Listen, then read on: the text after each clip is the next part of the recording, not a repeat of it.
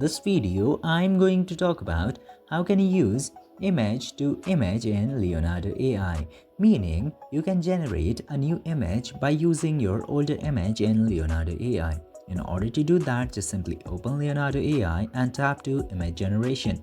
Then, after tapping into image generation, you will get a bunch of options. Now, first of all, you will just simply have to select your image styles from this section.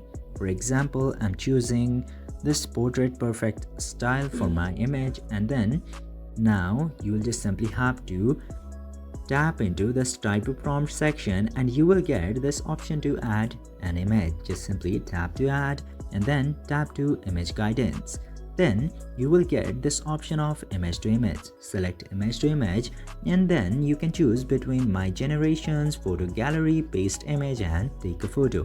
Just simply select the suitable option. I'm using one of my generations.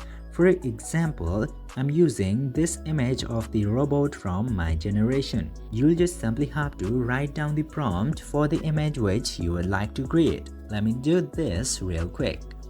And just simply tap to send button whenever you are done with your prompts.